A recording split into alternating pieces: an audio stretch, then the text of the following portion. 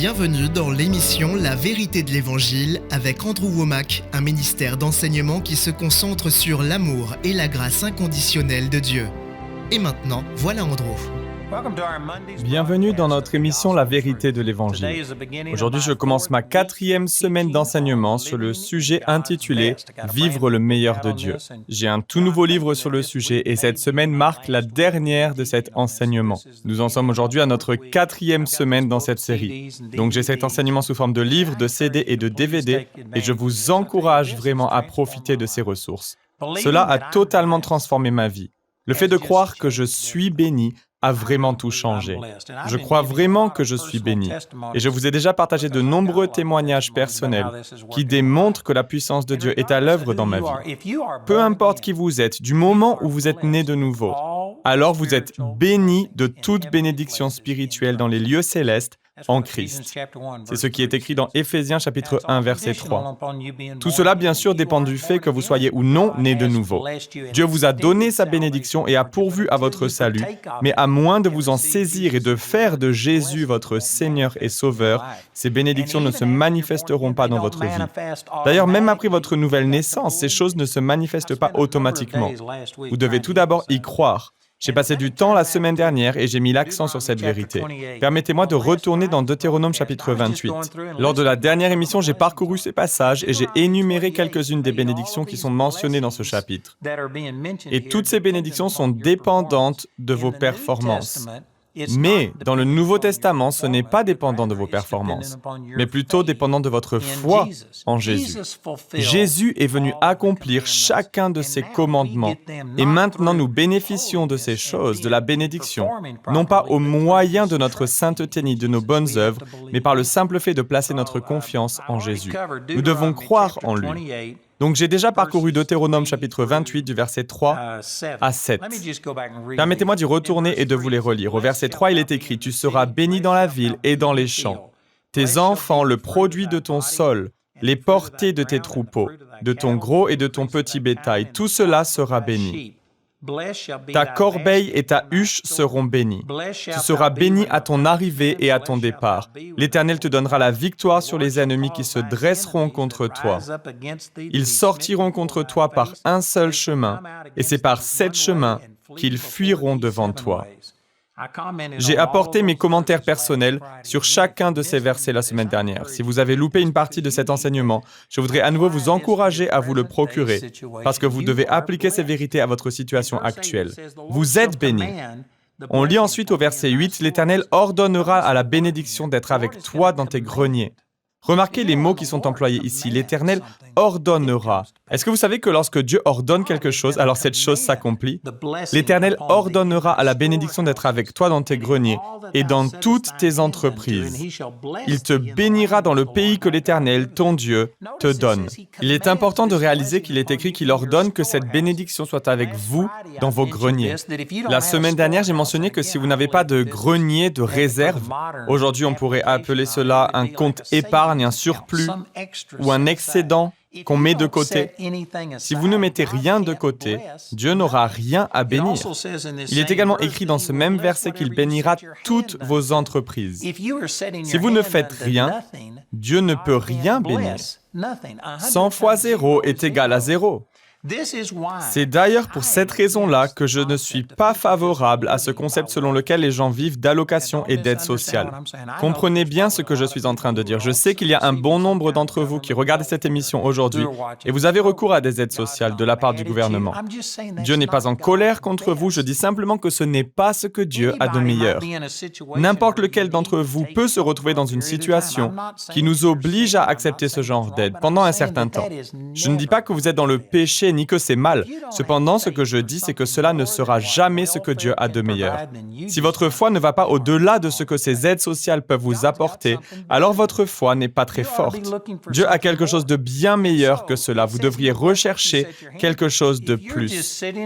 Il est écrit qu'il bénira toutes vos entreprises. Si vous êtes assis chez vous à toucher des allocations chômage et que vous ne faites rien, alors Dieu ne pourra pas bénir cela parce que vous ne faites rien. Vous devez entreprendre quelque chose. À plusieurs reprises, des personnes sont venues me voir en me disant « Je gagne mieux ma vie en touchant des allocations chômage qu'en allant travailler à McDonald's ou bien à l'accueil du supermarché du coin. » Je suis d'accord que c'est sans doute vrai. Mais si vous alliez au supermarché du coin ou bien à McDonald's ou autre chose, un petit job, et que vous aviez un travail salarié, alors Dieu pourrait le bénir parce que vous aurez entrepris quelque chose. Mais Dieu ne bénit pas l'inactivité. Il ne peut pas bénir ce que vous ne faites pas. Puisque je crois que je suis réellement béni, alors je sais que si j'allais travailler à McDonald's, je sais que je deviendrais rapidement leur meilleur employé. Et qu'en peu de temps, je deviendrai soit le manager, soit le propriétaire de ce McDonald's, ce qui me permettrait sûrement de bien gagner ma vie. Je parlais d'ailleurs avec Stephen Bransford hier et il est le directeur de tout notre département de l'audiovisuel. Il me disait que lorsqu'il avait environ 20 ans, il a travaillé pour une entreprise qui s'appelait Goodwill. Il avait un petit boulot qui ne nécessitait pas énormément de réflexion. Et donc, tout en faisant son travail, il regardait autour de lui et il a commencé à constater qu'il y avait un manque d'efficacité. Il s'est mis à faire des petits croquis sur des feuilles de papier avec ses idées pour améliorer le fonctionnement général de tout son département. Un jour, un expert, un consultant en entreprise est passé par là et a vu ses dessins et lui a demandé qu'est-ce qu'ils représentaient. Il lui en a donné l'explication et ils ont fini par lui donner une promotion. Ils l'ont promu même à 2 reprises. Et il a fini par être un des responsables de l'entreprise. Tout ça parce qu'il vit dans la bénédiction. Ce que je dis, c'est que nous sommes tous bénis et dès l'instant où vous vous mettez en marche, que vous commencez à entreprendre des choses, même si vous commencez en bas de l'échelle, si vous croyez que vous êtes béni, alors même si votre travail est à la base un petit boulot sans grand intérêt, je sais qu'en peu de temps, Dieu vous donnera une promotion. À l'inverse, si vous êtes assis chez vous à ne rien faire et que vous attendez que Dieu vous fasse tomber quelque chose du ciel, je peux vous garantir que cela n'arrivera pas. Il vous faudrait un miracle, mais la bénédiction découle du fait d'entreprendre quelque chose. On a lu que l'Éternel ordonnera la bénédiction d'être avec vous dans toutes vos entreprises. Alors qu'entreprenez-vous? Que faites-vous? Il vous faut aller de l'avant et faire quelque chose au lieu de ne rien faire. Il est de loin préférable d'entreprendre quelque chose et d'échouer plutôt que de ne rien faire du tout. Faites quelque chose et il bénira tout ce que vous entreprenez. Il te bénira dans le pays que l'Éternel, ton Dieu, te donne. Au verset 9, on lit « Tu seras pour l'Éternel un peuple saint, comme il te l'a juré, lorsque tu respecteras les commandements de l'Éternel, ton Dieu, et que tu marcheras dans ses voies. » Je tiens à le rappeler, pour le croyant du Nouveau Testament, cela ne dépend pas du fait que nous faisions tout correctement, mais cela dépend de notre foi en Jésus qui, lui, a tout fait parfaitement. Nous obtenons les bénédictions grâce à ses performances. Remarquez qu'il est écrit que tu seras pour l'Éternel un peuple saint. Dans le Nouveau Testament, dans l'Épître de Pierre, il est écrit « Vous êtes un peuple choisi, des prêtres royaux, une nation sainte, un peuple racheté. » Dieu nous a bénis, et nous voyons d'ailleurs clairement cela dans l'Ancien Testament, avec Abraham, Isaac et Jacob, ainsi que d'autres personnes de la même époque qui étaient bénies par le Seigneur, à tel point que les rois venaient les voir en leur disant « Vous êtes bénis du Seigneur, vous êtes tellement puissants que ce pays ne peut pas contenir votre présence en plus de la nôtre. Vous devez partir, vous êtes plus prospères que n'importe lequel d'entre nous. » Est-ce que vous réalisez que cela était le résultat de la bénédiction? À quand remonte la dernière fois où quelqu'un est venu vous demander comment vous pouviez être tant béni et vous dire que lorsqu'il vous regarde, il voit la bénédiction de Dieu qui repose sur vous? Il y en a parmi vous qui regardent cette émission aujourd'hui et cela vous est déjà arrivé. Il m'est arrivé de me trouver quelque part et une personne est venue me demander « Vous êtes chrétien, n'est-ce pas ?» Pourtant, je n'avais absolument pas parlé du Seigneur, mais ils l'ont tout simplement discerné. Je suis béni et parfois les gens me diront à quel point ils voient que je suis béni. Cependant, il y en a également parmi vous à qui l'on n'a jamais dit que vous étiez béni. Si vous êtes réellement né de nouveau, alors vous avez la bénédiction et cela fait partie de votre héritage. Et la bénédiction de Dieu devrait être tellement évidente que les gens autour de vous devraient pouvoir constater que vous portez le nom du Seigneur. Cela devrait être une évidence dans votre vie. Il est arrivé que des gens viennent me voir et ils regardent la voiture que je conduis. Et ils me demandent « Vous faites quoi dans la vie ?» Lorsque je leur dis que je suis dans le ministère, ils répondent que les serviteurs de Dieu ne devraient pas conduire d'aussi belles voitures. Mais je n'ai pas acheté ce véhicule, il m'a été donné, quelqu'un me l'a offert. Mais au final, c'est ainsi que les choses devraient se produire. Un jour, un homme est venu me voir et il m'a dit que si je n'étais pas gêné et embarrassé par mon niveau de prospérité, alors cela signifiait que je n'ai pas puisé dans la bénédiction de Dieu. Au début, je n'ai pas compris ce qu'il voulait dire. Mais vous savez, Dieu n'est pas pingre, il est le Dieu El Shaddai, tout-puissant. Ses rues sont pavées d'or, la fondation de son habitation au paradis est faite de pierres précieuses et de diamants. Chaque porte est faite d'une seule perle. Dieu est un Dieu d'abondance.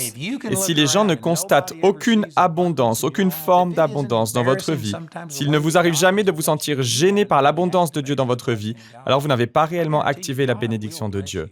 Je peux vous garantir que Dieu vous bénira. C'est ce qu'il désire faire. C'est ce que nous révèlent ses promesses. Au verset 10, il est écrit « Tous les peuples de la terre verront que tu es appelé du nom de l'Éternel, et ils auront peur de toi. » Il devrait y avoir une sainte crainte de Dieu lorsque les gens vous voient et qu'ils regardent votre vie. Ils devraient reconnaître que lorsqu'ils s'en prennent à vous, ils s'en prennent directement à Dieu. Les gens devraient vous respecter. Il doit y avoir le respect.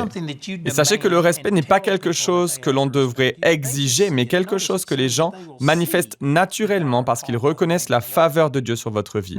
Remarquez qu'il est écrit qu'ils verront que tu es appelé du nom de l'Éternel. En d'autres mots, il n'est pas nécessaire de le proclamer, de le crier sur tous les toits et de le dire à tout le monde. Vous ne devez pas contraindre tout le monde à vous honorer ou à vous respecter. Vous devez gagner leur respect et leur honneur. Et lorsque vous marchez dans la bénédiction du Seigneur, les gens verront que vous êtes bénis. Les gens le reconnaîtront et il y aura une révérence qui vient de l'Éternel. Nous avons constaté cela à Woodland Park, là où nous avons notre école biblique Charis. Il y avait de l'opposition au début lorsque nous avons voulu nous y installer. C'est une ville de 7000 habitants qui est à environ 20 km à l'ouest de Colorado Springs, dans les montagnes. De nombreuses personnes y aménagent parce qu'elles apprécient le calme d'une petite ville et elles ne voulaient pas voir la ville s'agrandir. Les locaux se sont même battus lorsqu'un grand supermarché a voulu s'y installer. Ils ont également voulu s'opposer à la construction d'un McDonald's. Donc ils n'étaient pas méfiants envers nous en particulier. Mais nous avons été critiqués et beaucoup de gens étaient contrariés que l'on vienne s'installer là. Mais nous avons souvent des représentations artistiques à l'école biblique Charis, notamment une pendant les fêtes de fin d'année qui s'appelle le Chœur de Noël.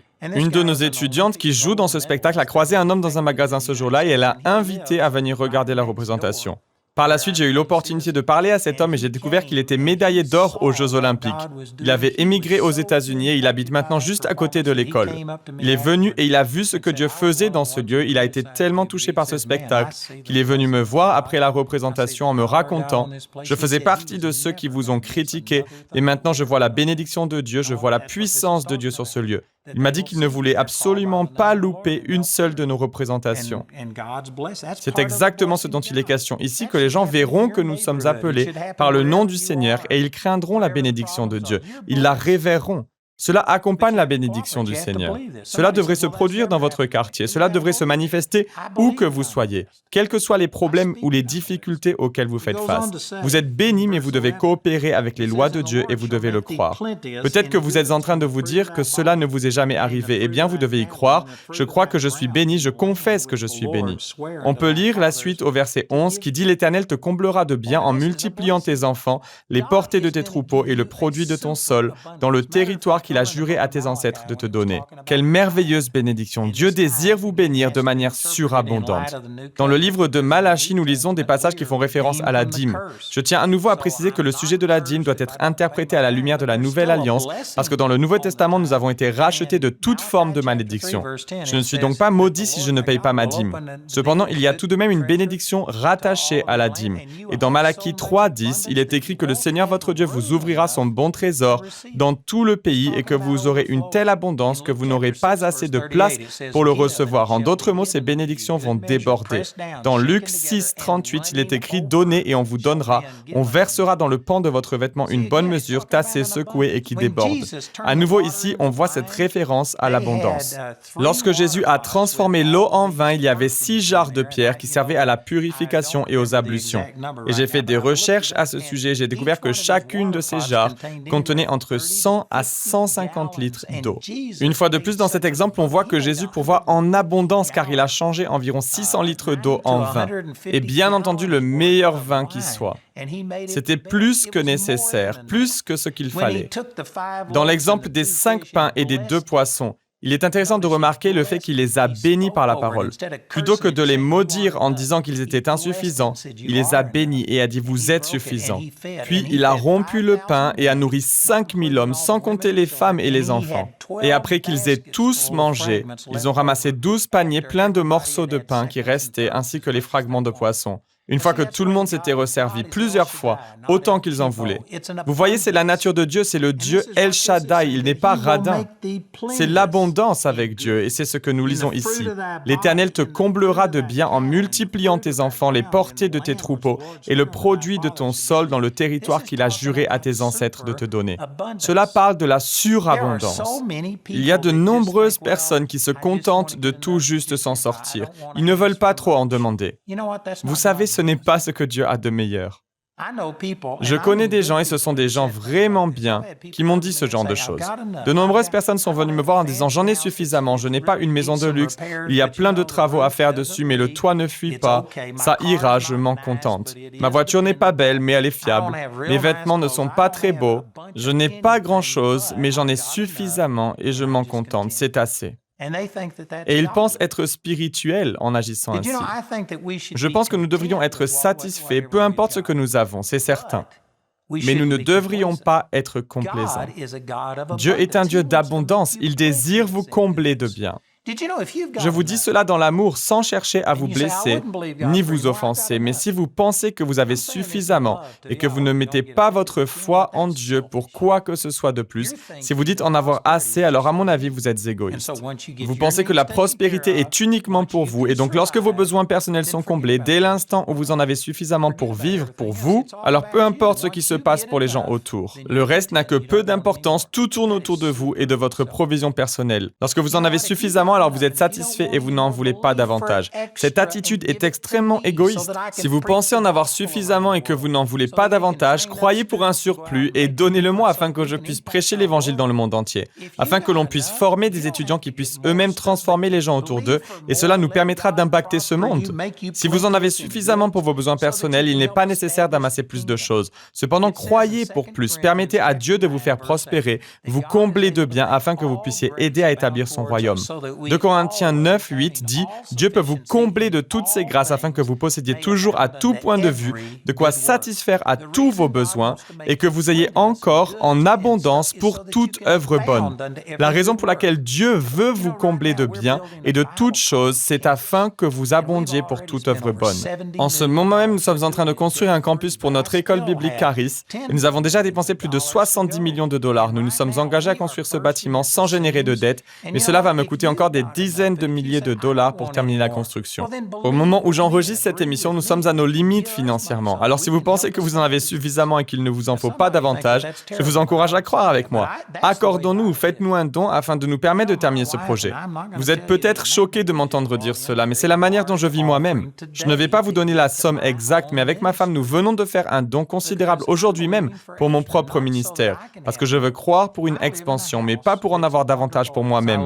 Je vis dans une maison et c'est une maison formidable, je l'aime beaucoup. C'est moi qui l'ai conçue et je l'ai construite. Nous l'avons construite en 1988 pour la somme de 60 000 dollars. Elle vaut sans doute des centaines de milliers de dollars aujourd'hui grâce à l'inflation et d'autres facteurs, mais c'est une maison tout à fait modeste. La plupart des gens, de nombreuses personnes qui regardent cette émission, habitent dans de bien plus belles maisons que la mienne.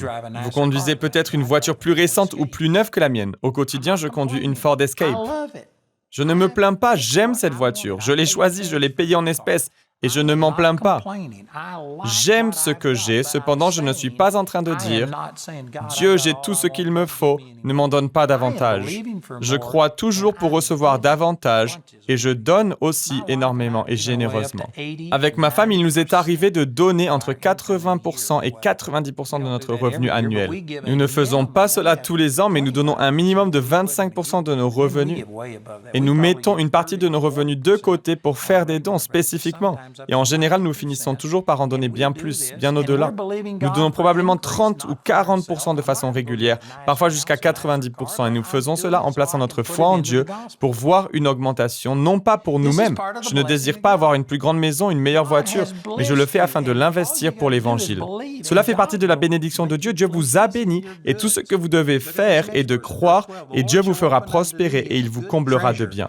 Regardez le verset suivant, le verset 12. « L'Éternel t'ouvrira son bon trésor, le ciel, pour envoyer au moment voulu la pluie sur ton pays et pour bénir tout le travail de tes mains. Tu prêteras à beaucoup de nations et tu ne feras pas d'emprunt. » J'ai beaucoup utilisé la deuxième partie de ce verset au tout début de cette série en parlant du fait que les gens se sont satisfaits de l'endettement et ils s'en contentent. Et puisque s'endetter est si facile de nos jours, les gens finissent par payer les choses 2 ou 3 fois plus cher que s'ils les payaient en espèces cash. Et la plupart des gens sont satisfaits de vivre ainsi. Mais avez-vous conscience que la bénédiction de Dieu est sur vous afin que vous puissiez donner à votre entourage sans avoir besoin de faire d'emprunt? Dieu n'est pas en colère contre vous si vous empruntez. Vous n'avez pas commis de péché, mais ce n'est pas ce que Dieu a de meilleur. Je peux vous garantir que ce que Dieu a de meilleur est que vous ne soyez pas dans l'endettement. Remarquez aussi ce qui est écrit ici, qu'il vous ouvrira son bon trésor, le ciel, pour envoyer au moment voulu la pluie sur ton pays. Réalisez-vous que cela signifie que vous pouvez mettre fin à la sécheresse? Au début, lorsque je me suis installé dans le Colorado, j'étais le pasteur d'une petite église à Pritchett, et tous les membres de la congrégation étaient soit des fermiers, soit des éleveurs, et ils avaient également des cultures de blé et des étendues d'herbes, et lorsqu'il n'y avait pas assez de pluie, leur bétail risquait de mourir de faim. Ou bien les éleveurs se voyaient obligés de dépenser de grosses sommes d'argent pour acheter du foin, pour éviter de perdre leur bétail. Et la situation était vraiment critique. Nous étions en plein milieu d'une grosse sécheresse lorsque je suis arrivé dans la région. C'était en 1978. Et un jour, nous sommes allés à un endroit qui s'appelait John Martin Reservoir. C'était un énorme réservoir qui mesurait des kilomètres et des kilomètres. J'ai emmené ma femme et mes enfants pour un pique-nique et lorsque nous sommes arrivés, il n'y avait plus qu'un filet d'eau. Ce réservoir est alimenté par la rivière qui s'appelle l'Arkansas. Et cette année-là, on pouvait la traverser à pied. Il n'y avait plus qu'un petit filet d'eau. C'était vraiment une très forte sécheresse et tout le réservoir était vide. En me basant sur ce verset, parce que j'avais compris que nous étions bénis, nous avons rassemblé les membres de l'Église afin de prier et de placer notre foi en Dieu. Nous avons jeûné et prié dans la foi et la pluie est venue. Ce n'était pas un déluge, mais une pluie soutenue qui a évité que l'eau ne fasse que couler sur la surface de la terre desséchée sans y pénétrer. Les récoltes ont ainsi été sauvées et j'ai particulièrement prié pour que le réservoir John Martin ne soit plus jamais vide. J'ai cru dans ce passage des Écritures qui dit que je suis béni et à ma connaissance, depuis cet incident en 1978, le réservoir John Martin n'a plus jamais été vide. Peut-être qu'il l'a été à un moment donné, mais à ma connaissance, il y a toujours eu de l'eau. Vous pensez peut-être ridicule le fait de penser que la prière peut avoir un tel effet. Mais c'est pourtant le cas, sinon à quoi bon prier si je ne croyais pas que je verrais la réponse à mes demandes? Bien sûr, je ne pense pas avoir été le seul à prier. Il y avait sans doute beaucoup de personnes qui exerçaient leur foi. Je ne dis pas que c'était seulement grâce à moi, mais que j'y ai participé. J'ai décidé de croire, et si je ne croyais pas que Dieu répondait à mes prières, alors à quoi bon prier? Bien sûr que je crois que ce résultat est en relation directe à la prière. Il y en a parmi vous qui ne le croyez pas, et c'est pour cette raison-là que ces choses ne se manifesteront jamais dans votre vie. Si vous n'y croyez pas, alors vous allez traverser une sécheresse ou d'autres problèmes et vous rencontrerez tout un tas de difficultés, alors que Dieu a mis la bénédiction à votre disposition. La météo peut être changée par la bénédiction donnée par Dieu, mais cela ne se produit pas automatiquement. Il vous faut croire afin de recevoir. Si vous doutez, alors vous devrez faire sans. Ce ne sont là que certaines des bénédictions qui vous appartiennent, et on lit plus loin qu'il fera de nous la tête et non la queue. Tu seras toujours en haut et jamais en bas. Il m'est arrivé d'aller vers quelqu'un et de leur demander « Comment allez-vous ?» et lorsqu'ils répondent « Pas trop mal » étant donné les conditions actuelles, je réponds toujours « Pourquoi permettre aux circonstances de vous influencer ainsi? Vous êtes censé être en haut et jamais en bas, la tête et non la queue. » Frères et sœurs, Dieu nous a bénis, mais vous devez le croire. J'ai tellement de choses à partager à ce sujet. Permettez-moi de vous encourager à vous procurer ce livre. Il est vraiment formidable. Je crois vraiment que ça va vous bénir et vous aider. Nous avons également l'enseignement sous forme de CD et de DVD. Si vous écoutez notre annonceur, il vous expliquera la manière dont vous pouvez profiter de cet enseignement. Mais je vous encourage à vous le procurer. Il sera une bénédiction. Rejoignez-moi dans la prochaine émission de La Vérité de l'Évangile. Le programme d'aujourd'hui fait partie de la série « Vivre le meilleur de Dieu ». Nous espérons que ce message vous a béni. Notre ligne téléphonique est ouverte aux heures indiquées à l'écran. Appelez-nous si vous avez des questions sur ce programme, si vous avez besoin de prière ou si vous désirez commander l'un de nos enseignements. Vous pouvez nous contacter au numéro qui s'affiche à l'écran. Ce programme a été rendu possible grâce au soutien financier de nos partenaires. Si vous souhaitez devenir partenaire, vous pouvez le faire en appelant ces numéros. La prochaine fois dans La Vérité de l'Évangile, je crois que ces bénédictions s'activent par la voix. Il vous faut les confesser. J'ai entendu certaines personnes lire ces mêmes passages et faire la liste des bénédictions et des promesses que Dieu nous fait, et elles se demandent, ce n'est pas ce que je vois dans ma propre vie, pourquoi est-ce que cela ne fonctionne pas pour moi? Est-ce que vous confessez que Dieu est votre refuge et votre forteresse? Ou bien est-ce que lorsque quelqu'un vous demande comment vous allez, vous leur confessez que vous souffrez, que le médecin vous a dit que vous alliez mourir, qu'il ne vous reste plus que 6 mois à vivre? Vous confessez que vos finances vont vraiment très mal et que vous êtes vraiment très pauvre. Si vous confessez ce genre de choses, alors vous vous condamnez vous-même par votre propre langue, par vos paroles. Il vous faut confesser, parler la bénédiction de Dieu. C'est tellement important. Vous savez, j'ai déjà mentionné cela lors de précédentes émissions, mais le 31 janvier 2002, le Seigneur m'a montré que je le limitais par le fait de voir trop petit, par mon petit raisonnement. Et il y avait plusieurs raisons à cela. J'ai tout un enseignement qui développe ce sujet. Mais quoi qu'il en soit, je craignais de dire à haute voix ce que je croyais dans mon cœur. Beaucoup de ces révélations sont arrivées au moment où nous occupions un bâtiment de 4500 mètres carrés qui était devenu trop petit. Donc nous cherchions un nouveau local. Et je me souviens que je m'étais absenté de la maison. J'étais en déplacement dans le cadre du ministère et lorsque je suis rentré, Jamie m'a dit qu'elle avait visité des locaux avec un agent immobilier, qu'elle avait trouvé un bâtiment de 9100 mètres carrés. Et elle voulait m'emmener pour le visiter et elle m'a fait la déclaration suivante: ce bâtiment nous suffira pour le reste de notre vie. Et lorsqu'elle a dit cela, je me suis rendu compte que la vision que j'avais à l'intérieur de moi était bien plus grande que cela. Je savais que nous aurions besoin d'un local plus grand que 9100 mètres carrés. Cependant, je ne l'avais jamais confessé. Et je parle de tout avec Jamie. Je ne lui cache rien, mais je n'avais pas exprimé la totalité de ma vision, même à ma femme, parce que j'avais été ridiculisé et critiqué par le passé. Non par elle, mais par d'autres personnes. Pour vous donner un exemple de ce principe, lorsque vous vous baissez pour caresser un chien, si celui-ci vous mord à chaque fois, vous allez arrêter de le caresser. Et de la même manière, si à chaque fois que vous parlez de votre vision, quelqu'un vous critique, alors à force, vous finirez par ne plus vouloir en parler. Le Seigneur m'avait révélé que j'aurais un ministère international qui impacterait des gens dans le monde entier, qui aurait un impact partout sur la planète. Rejoignez-nous pour plus d'émissions La vérité de l'Évangile.